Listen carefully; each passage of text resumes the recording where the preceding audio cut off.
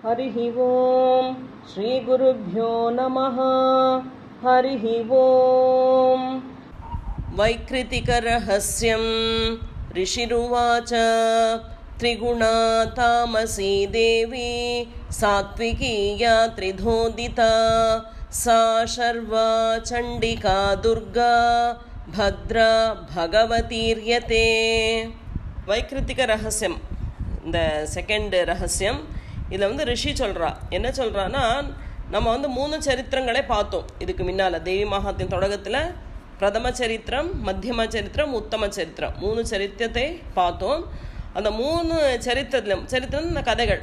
அதில் பிரத்யக்ஷப்பட்ட தேவி யாராக இருந்தா, அந்த தேவியை எப்படி தியானிக்கிறது, அவளோட எந்த ரூபத்தை நம்ம மனசில் எடுத்துக்கிறது, மனசில் எந்த ரூபத்தை நினைக்கணும், அவளை எப்படி உபாசிக்கிறது சொல்லி சொன்னான். ஸோ இங்கே வந்து இந்த ரகசியத்தில் என்ன சொல்கிறா, திரிகுணா தாமசி தேவி சாத்விகியா திரிதோதிதா. எந்த ஒரு தேவி திரிகுணா 3 குணங்கள் கூடியவள்.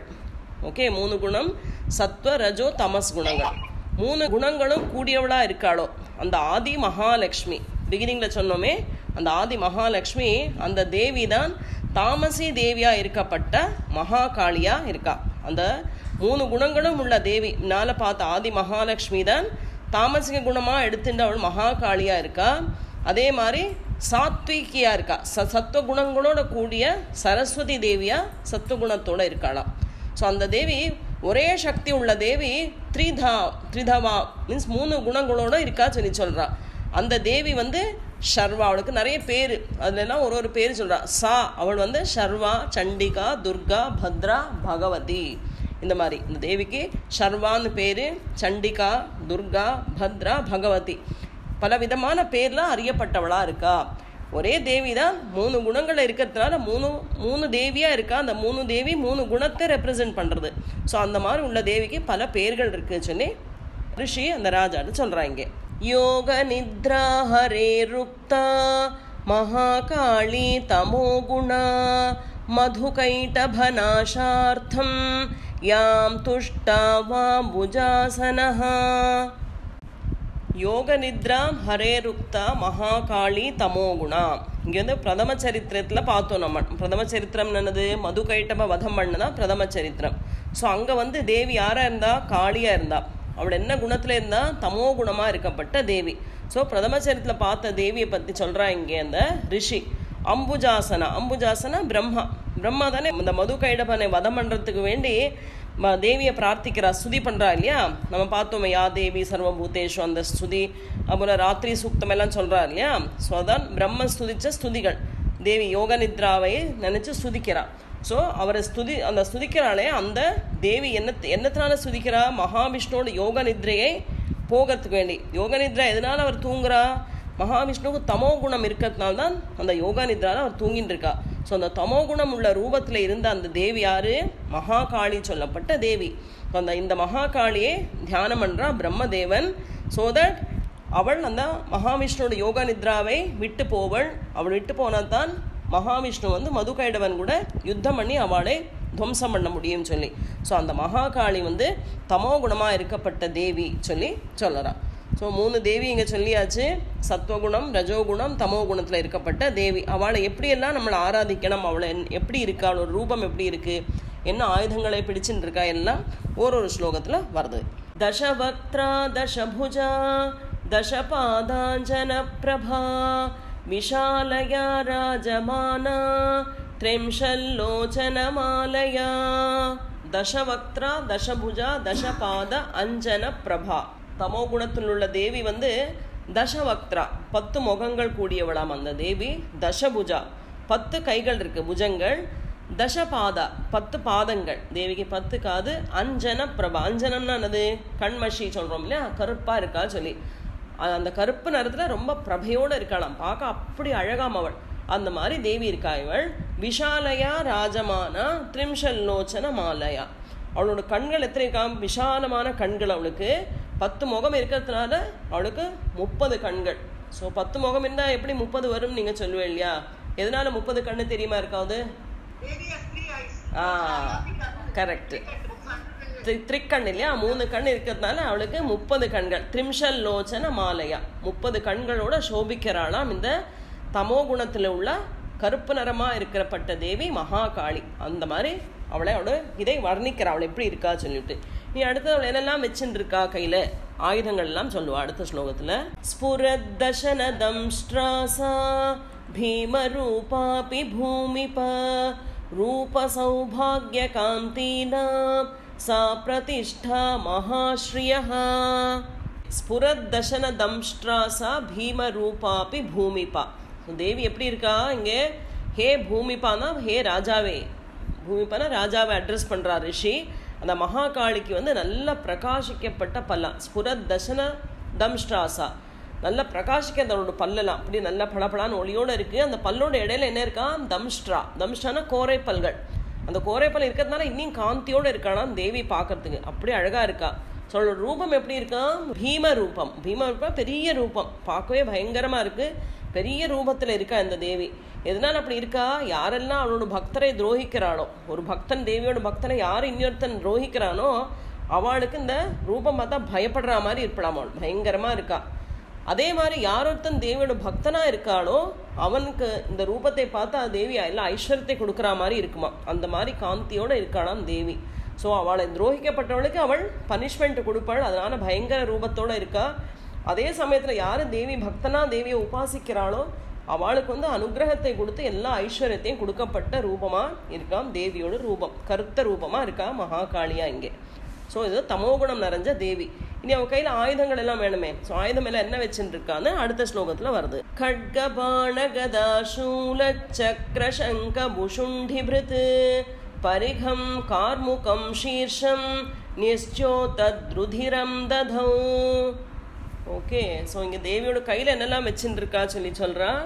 தேவியோட கையில் ஆயுதங்கள் எல்லாம் பிடிச்சுட்டு இருக்கா. அதில் கட்கம், பாணம், கதா, சூலம், சக்கரம், சங்கு, புஷுண்டி, அப்புறம் பரிகம், கார்முகம், சீர்ஷம், இந்த மாதிரி நிறைய வச்சுட்டு இருக்கா. என்னது அதெல்லாம்?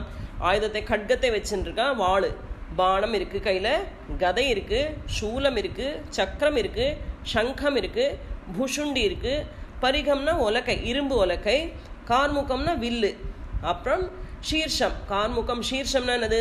அந்த மண்டை, சிரசு, ரத்தம் ஒழுகின்னு இருக்காம அதில் ஒலிக்கப்பட்ட அந்த சிரஸ் எல்லாம் கையில் பிடிச்சிட்டு இந்த மகாகாளி அந்த மாதிரி காட்சியை கொடுத்துட்டு இருக்கா. ஏஷா சா வைஷ்ணவி மாயா மகாகாளி துரத்யயா ஆராதிதா வஷீகுர்யாத் பூஜா கர்த்துச்சராச்சரம். ஏஷாசா வைஷ்ணவி மாயா மகாகாளி துரத்யா. ஏஷாசா இந்த மாதிரி உள்ள அந்த தேவி நம்ம மேலே பார்த்தோமே, இந்த தேவி யாருக்கும் விஷ்ணு மாயாவா இருக்கப்பட்ட வைஷ்ணவி தேவி இவள்.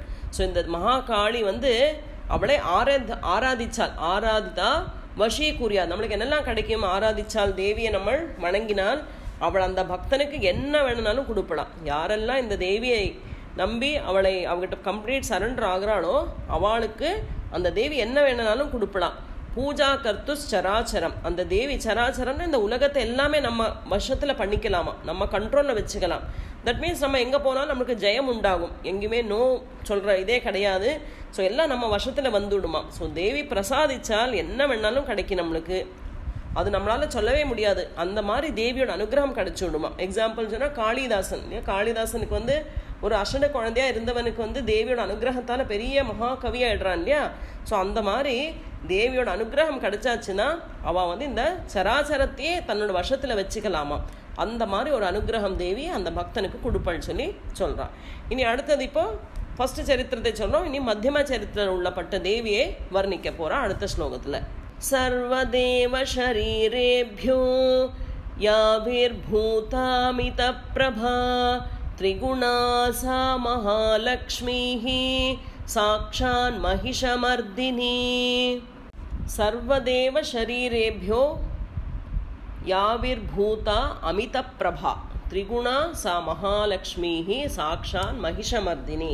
ஸோ சகல தேவன்மாரோட சரீரத்திலேருந்து அளவில்லாத காந்தி கிடைச்ச பிரத்யட்சப்பட்ட தேவி தான் இந்த தேவி. ஸோ 2ஆம் சரித்திரம் இது. மத்தியம சரித்திரத்தில் வரப்பட்ட தேவி. இந்த தேவி 3 குணங்களையும் கொண்டவள் தான் இவளும். ஆனால் இவளுக்கு எந்த குணம் ஜாஸ்தி? ரஜோகுணம் ஜாஸ்தியாக இருக்குது. ஓகே, ரஜோகுணம் ஜாஸ்தி அதிகமாக இருக்கிறதுனால இவள் யாராக்கும் சாக்ஷான் மகாலட்சுமி. இவள் திரிகுணாசா மகாலட்சுமி, மகாலட்சுமியாக ஆவிர்பவிச்சிருக்கா. என்ன பண்ண போறா? அவள் மகிஷமர்தினி, மகிஷனை மர்திக்க வந்தப்பட்டவள், மகிஷனை வதம் பண்ணப்பட்ட வந்த இந்த தேவி ரஜோகுணம் கொண்டவளா இருக்கா. அந்த மகாலட்சுமியை பத்தி இனி எப்படி அவளை தியானிக்கணும், எப்படி அவளை நினைக்கணும் சொல்லி அடுத்த ஸ்லோகத்துல ராஜாக்கு இவர் இந்த ரிஷி சொல்லி கொடுக்கறா. ஸ்வேதானனா நீலபுஜா சுஸ்வேதஸ்தன மண்டலா ரக்தமத்யா ரக்தபாதா நீலஜங்கோருன்மதா. மகாலட்சுமியை பத்தி சொல்றா எப்படி இருக்கான்னு. ஸ்வேதானனா நீலபுஜா சுஸ்வேத ஸ்தன மண்டலா. இந்த மகாலட்சுமி நல்ல வெள்ளை நிறமா, வெள்ளையா இருப்பலாம் பார்க்கறதுக்கு. அவனோட முகம் வெள்ளையா இருக்கு. ஸ்வேதா ஆனனா முகம், நீலபுஜா அவனோட புஜங்கள் எல்லாம் நீல வர்ணத்துல இருக்கு. அப்புறம் சுஸ்வேத ஸ்தன மண்டலா, நல்ல ஸ்தன மண்டலங்கள்லாம் நல்ல வெளுத்த நிறமா இருக்கலாம். நீல வர்ணத்திலே வெள்ள நிறமா உள்ள ஸ்தன மண்டலத்துல இருக்கா. அவளோட மத்திய பாகம் ரக்த மத்தியா ரக்த பாதா நீலஜங்கோர் உண்மதா. அவளோட மத்திய பாகம் நல்ல ரக்த நிறத்துல இருக்கான். அவளோட பாதங்களும் ரக்த வர்ணமா இருக்கு. அதே மாதிரி ஜங்கானா கணங்கால், ஓகே, அது நீளமா இருக்கு. காலோட கணங்கால் வந்து நீளம். ஊருனா தொடை, தொடபாகம் வந்து தேவியோடு கணங்கால், ஊர்னா தொடைகளும் நல்ல பார்க்கறதுக்கு அழகா இருக்கா. உண்மைதா, ஆனந்தத்தை கொடுக்கப்பட்டவளா இருக்க தேவியா இருக்காளா இந்த மகாலட்சுமி. ஸோ ஸ்வேதானனா முகம் வந்து வெள்ளையா இருக்கு, நீல புஜங்கள் உள்ளவள். சுஸ்வேத ஸ்தன மண்டலா, ஸ்வேதம் வந்து வெள்ளை நிறத்துல இருக்கு. ரக்த மத்தியானோட நடுபாகம் சவுப்பா இருக்கு, ரக்த பாதங்களாவும் இருக்கு. நீல ஜங்கோர் உண்மதா, காலும் இந்த கணங்காலும் தொடைகளும் பார்க்கறதுக்கே ஆனந்தத்தை கொடுக்கப்பட்ட நீல நிறமா இருக்காம். அந்த மாதிரி இந்த மகாலட்சுமி தேவியை வர்ணிக்கிறாங்க.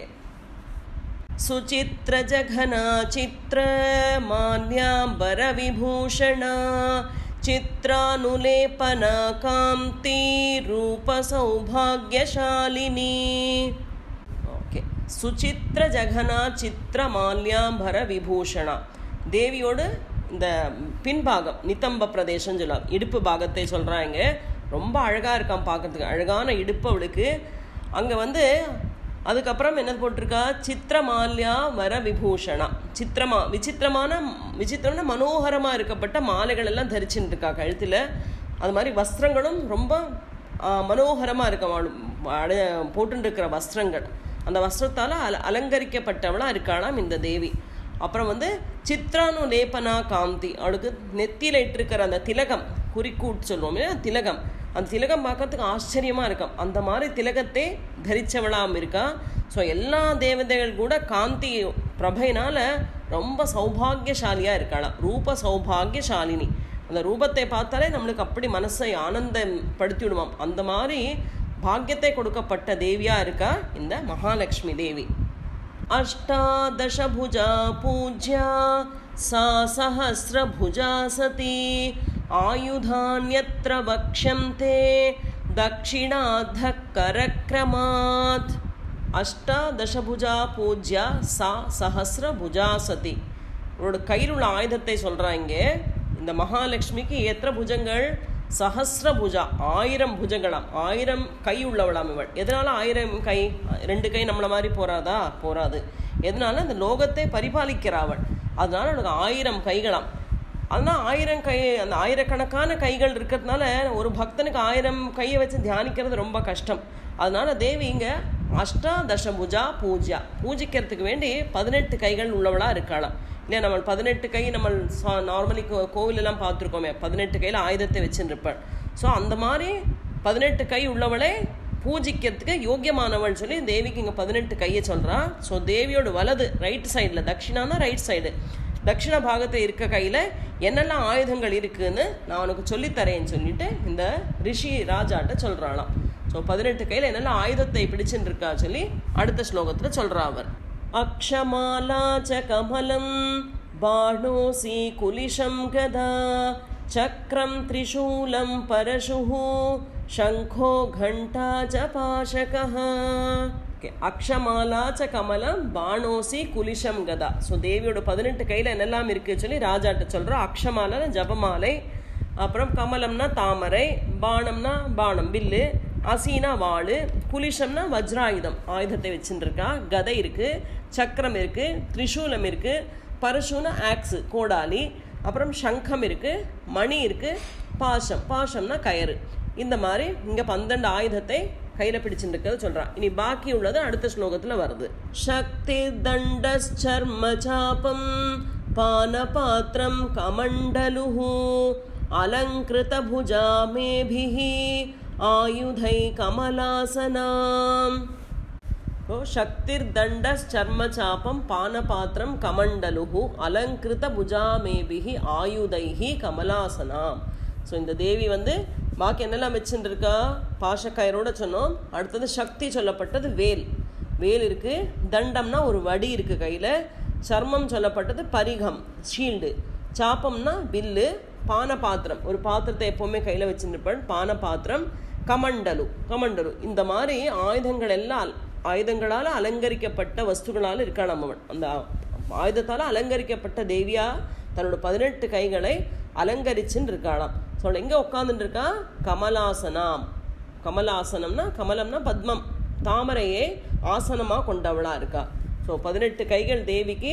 அக்ஷமாலை சொல்லப்பட்ட ஜபமாலை, தாமரை, பாணம், அசீனா வாள், குலிஷம்னா வஜ்ராயுதம், கதை, சக்கரம், திரிசூலம், பரசுனா கொடாலி, சங்கம், மணி, பாசம் சொல்லப்பட்ட கயிறு, சக்தி சொல்லப்பட்ட வேலு, தண்டம்னா வடி, சர்மம்னா பரிகம், சாப்பம்னா வில்லு, பானபாத்திரம், கமண்டலும். இந்த மாதிரி ஆயுதங்களை கையில் வச்சுட்டு ரொம்ப பார்க்க அழகாக இருக்கலாம். 18 கை உள்ள தேவி பத்மாசனத்தில் உட்காந்துருக்காளாம். தேவி பத்மாசனம்னா தாமரை மேலே உட்காந்துருக்கா சொல்லி ராஜாட்ட சொல்கிறான். சர்வதேவமயி மீஷாம் மகாலக்ஷ்மி மிமாம் நிருப பூஜயேத் சர்வலோகானாம் சதேவானாம் பிரபுர்பவேத். சர்வதேவமயீம் ஈஷாம் மகாலக்ஷ்மீம் இமாம் நிருபா. ஹே ராஜாவே, எல்லா தேவதைகளோட சக்தி ஒன்றா சேர்ந்து இருக்கிற இந்த மகாலட்சுமியை யாராக்கிவாள், எல்லாருக்கும் ஈஸ்வரியா இருக்காளாம். சர்வதேவம் மயீம் ஈஷா, எல்லாருக்கும் ஈஸ்வரியா இருக்கப்பட்ட தேவி இந்த மகாலட்சுமியை யார் ஒருத்தன் பூஜிக்கிறாளோ, பூஜையே சர்வ லோகானா, இந்த லோகத்தில் யாரெல்லாம் இந்த மகாலட்சுமியை பூஜிக்கிறாளோ அவனுக்கு தேவி என்ன கொடுக்குறா, சதேவானாம் பிரபுர் பவேத். இந்த லோகத்துக்கே நம்ம பிரபு ஆயிடலாமா. தட் மீன்ஸ் இந்த லோகத்துக்கே நீ ராஜாவாக இருக்கலாம். அந்த மாதிரி உள்ள அனுகிரகத்தை தேவி கொடுத்துடுவாளாம். ஸோ அவனுக்கு இந்த ராஜான என்னது, எல்லாமே அவங்ககிட்ட இருக்குது, எதுக்குமே குறவில்லாதவன் இல்லையா, எல்லாமே நிறைஞ்சு இருக்கிறவன் தான் ராஜா. அதனால நீ ராஜாவாக ஆயிடுவா. யாரெல்லாம் இந்த மகாலட்சுமியை தியானிக்கிறாளோ, அவளை சதா நினைக்கிறாளோ, அந்த மாதிரி உள்ள பக்தனை தேவி அந்த இதுக்கே ராஜா ஆக்கிடுவாளாம். அந்த மாதிரி ஒரு அனுகிரகத்தை தேவி கொடுப்பள் சொல்லி இங்கே ராஜாவுக்கு சொல்கிறான். இனி அடுத்தது உத்தம சரித்திரத்தில் எந்த தேவி இருக்கா, அவளை எப்படி பூஜிக்கணும், அவளை என்னெல்லாம் வச்சுட்டு இருக்காதுன்னு அடுத்த தேவியை பற்றி சொல்ல போகிறா அவர்.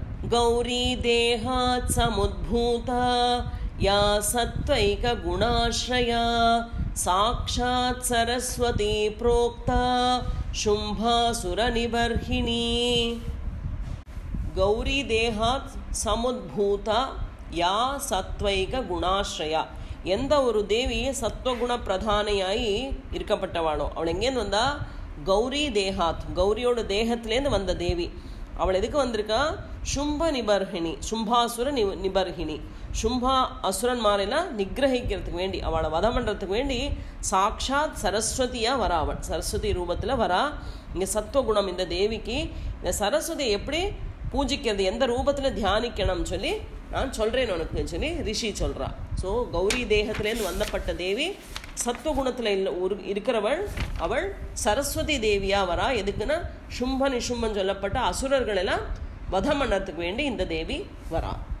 ததௌ சாஷ்டபுஜா பாண முசலே சூலசக்ரபிருத் சங்கம் கண்டாம் லாங்கலம் ச கார்முகம் வசுதாதிப. ததௌ சா அஷ்டபுஜா பாண முசலே சூல சக்கரபிருத்.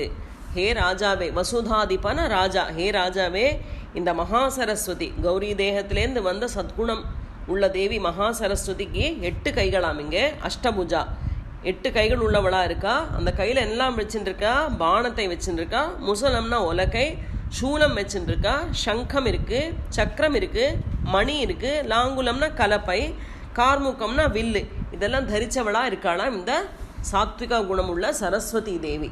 ஸோ இவள் வந்திருக்கிறது சும்ப நிசும்பன் சொல்லப்பட்ட அசுரெல்லாம் வதம் பண்ணுறதுக்கு வேண்டி இவள் கௌரி தேகத்திலேருந்து சத்வகுணமயமாய் வந்திருக்கா அந்த சரஸ்வதி தேவி சொல்லி சொல்றா.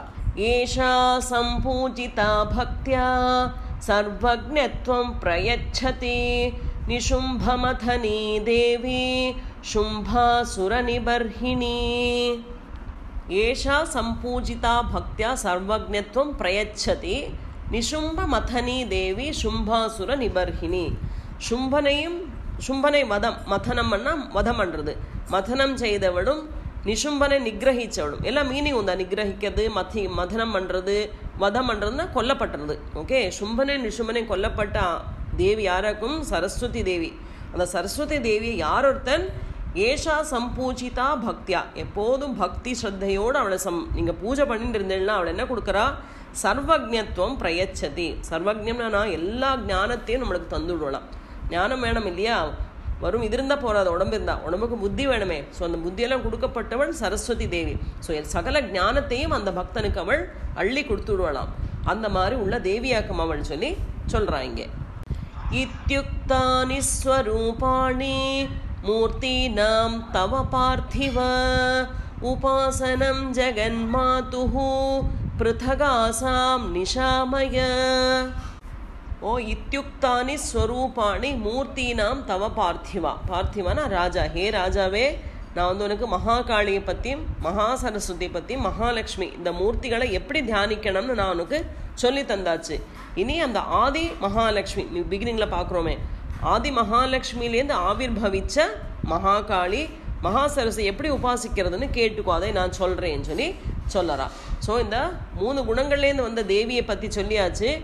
ஓகே, இனி ஆதிலக்ஷ்மியிலேருந்து திருப்பி அந்த தேவியிலேருந்து உத்பவிக்கிறாளே தேவிகள், அவளை பற்றி நான் உனக்கு சொல்லித்தரேன்னு சொல்லி அடுத்தது சொல்கிறா ரிஷி. மகாலக்ஷ்மீர் யதா பூஜ்யா மகாகாளி சரஸ்வதி தக்ஷிணோத்தரயோ பூஜ்யே பிருஷ்டதோ மிதுனத்ரயம். மகாலக்ஷ்மீர் யதா பூஜ்யா மகாகாளி சரஸ்வதி. யதா பூஜா, எப்போ மகாலட்சுமியை பூஜிக்கிறோமோ அதே சமயத்தில் தேவியோட தட்சிண பாகம் மீன்ஸ் ரைட் சைடு, தேவியோட சவுத் சைடு, தட்சிணம்னா சவுத்து, ரைட் சைடு, அங்கே மகாகாளியை வைக்கணும். மகாகாளியை உத்தர பாகத்தில் மீன்ஸ் லெஃப்ட் சைடில் மகா சரஸ்வதியை பூஜிக்கணும்னு சொல்லி சொல்கிறான். மகாலட்சுமீர் யதா பூஜா, எப்போ மகாலட்சுமி வச்சு பூஜிக்கிறாளோ அந்த சமயத்தில் மகாகாளியை மகா சரஸ்வதியும் பூஜிக்கணும். ஸோ மகாகாளியை தட்சிண பாகம் சொல்லப்பட்டது ரைட் சைடும், உத்தரையோ பூஜ்யே, உத்தரம்னா left side, okay, north side, அங்கே மகா சரஸ்வதியை பூஜிக்கணும். ஸோ இந்த 3 மூர்த்தியையும் வச்ச பின்னே அது பின்னால் மிதுனத்ரயம், பிருஷ்டத்தோனா பேக் சைடில் மிதுனத்ரயம். மிதுனம்னா அந்த சொன்னேனே 2 வைக்கிறது. ஸோ அந்த மிதுன ஸ்தானம் எப்படி வைக்கணும்னு சொல்லி அடுத்த ஸ்லோகத்தில் அவர் சொல்கிறா. ஓகே, மகாலட்சுமியை பூஜை பண்ணுறத லெஃப்ட் சைடு மகா சரஸ்வதியும் ரைட் சைடில் மகாகாளியும் வச்சு பூஜிக்கணும்னு சொல்லி சொல்கிறான். ஸோ பிருஷ்டபாகத்தில் என்ன வைக்கணும்னு சொல்லி அடுத்த ஸ்லோகத்தில் வருது.